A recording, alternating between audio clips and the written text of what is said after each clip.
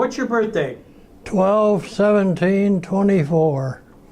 And did you go to Mayville High School? Yes. Graduated in 1942. Well, that was kind of strange.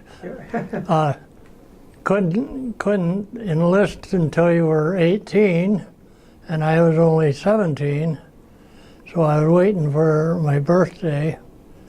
Well, in the meantime, they stopped all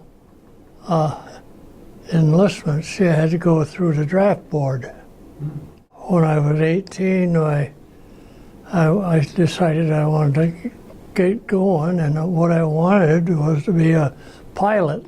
Like I say, I was drafted and I was sent up to Fort Niagara, and from there they sent me to Florida. My basic training was there, and this was under the Air Corp. They sent me from there to Sioux Falls, South Dakota, to radio school. And of course, I'm still wanting to be in the pilot training, so I made them aware of this. And about 2 weeks before I graduated from the radio school, they sent me to going to be for pilot training. I was doing fairly well in the pilot training when all of a sudden the powers that be recognized the war was almost over. They weren't going to be so easy on training enlistees, and so they shipped me back to the regular service. The U.S. knew that to take the road to victory, they had to be able to bomb Japan, so a long-haul aircraft was needed. As a crew member of a B-29, and was shipped overseas in this crew, and went to, well, initially they stopped at Guam, and then finally hopped over to Tinian. The Enola Gay's mission starts from Tinian in the Marianas. The crew has had their final briefing on weather and air-sea rescue. Only yesterday they have been told of the true power of the weapon they are to carry. We didn't know any more about it than the rest of the world.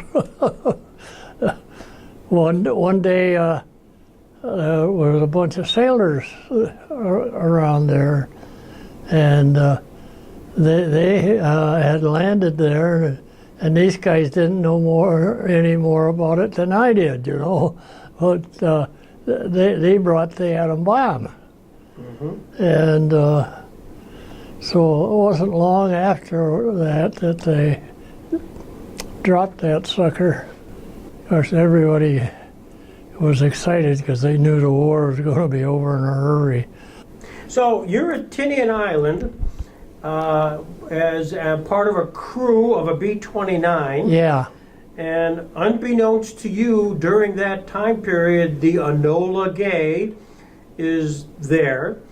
And the USS Indianapolis actually brings the bomb to the island and load it up one night, and off it goes. Yeah. Does it strike you at some point that you unwittingly were part of history? No, I never thought of it that way. Although we flew a couple of missions after that. Yeah, we bombed Tokyo. No kidding. We weren't getting much opposition in our bombing raids on Japan.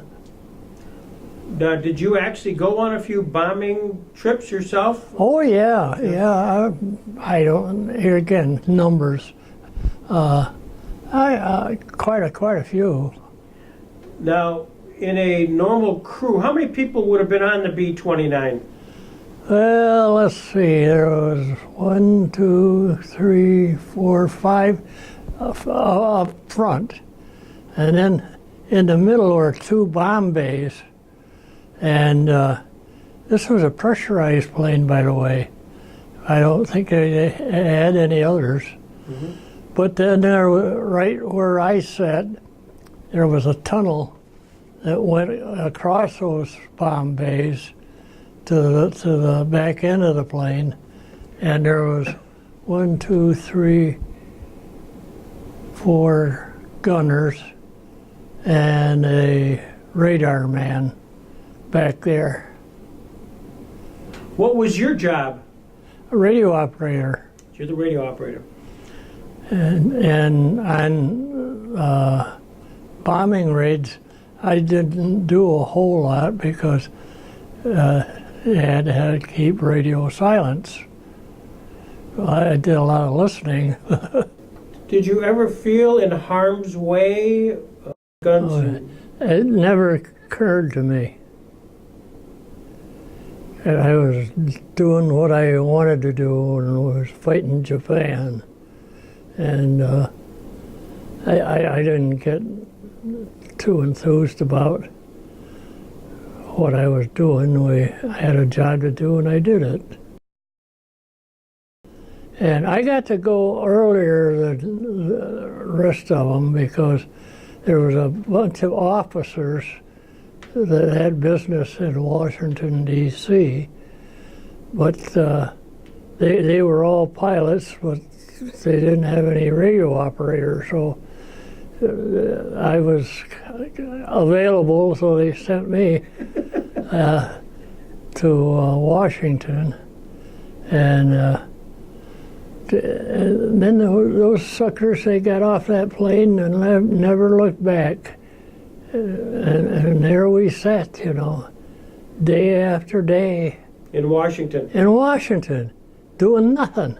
And by the way, when I was doing this, I ran into Jimmy Stewart. You're kidding. And he was getting discharged, you know, because he was over in England. And he turned to me and he says, "Sergeant, where do I go now?" I couldn't help him. Oh, it was very good, of course. Didn't have any special prizes or anything, but we all hugged each other. And A sense of the legacy of what you did? not really. Because I figured everybody was in the war effort, you know, and I was doing it a little differently than most people, but we were all in it against Japan. And you were successful. Yes. Well, great, Don. I appreciate so much your time, and we salute you.